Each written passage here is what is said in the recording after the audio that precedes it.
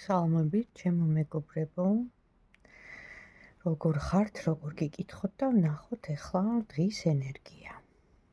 როგორი ენერგიები შემოდის ამ ახლო მომავალში. რას გვეტყვიან ჩვენი კარტები?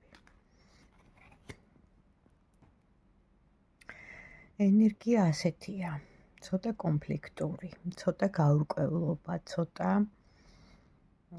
შეუთანხმებლობა, ანუ რის ფონზე.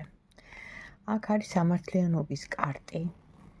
ამოდის ანგელოზი, რომელიც საყვირით აუწყებს, რომ მოსულია უკვე დრო, თუ რისი დრო, მეტაფიზიკურად ხსნი,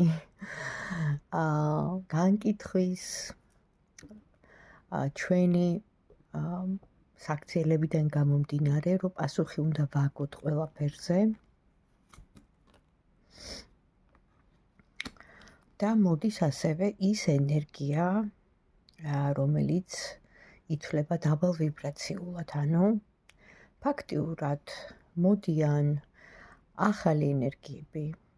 ეს არის კოსმიური ენერგია, ნათელი ენერგია, რომელმაც უნდა მოახდინოს სამყაროში გადანაწილება, როგორც ადამიანების, ასევე ყველაფრის, იმიტომ რომ უნდა დაბალანსდეს კოსმოსში ყველაფერი.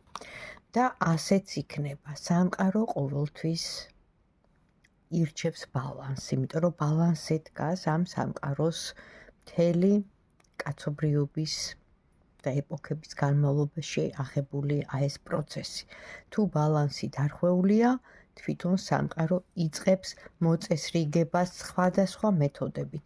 ეს შეიძლება იყოს ცეცხლი, ეს შეიძლება იყოს იგივე სტიქიური წყალდიდობები, მიწისძვრები და ასე შემდეგ, მაგრამ საბოლოო ჯამში ყველაფერი მაინც წესრიგდება.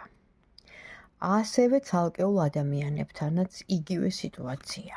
თუ არის რამე გაურკვეველი კონფლიქტი, გაურკვევლობა, შეუთანხმებლობა, ანუ ზურგშექცევით დგას და მსჯელობა მიდის საკითხზე, სიტუაციაზე.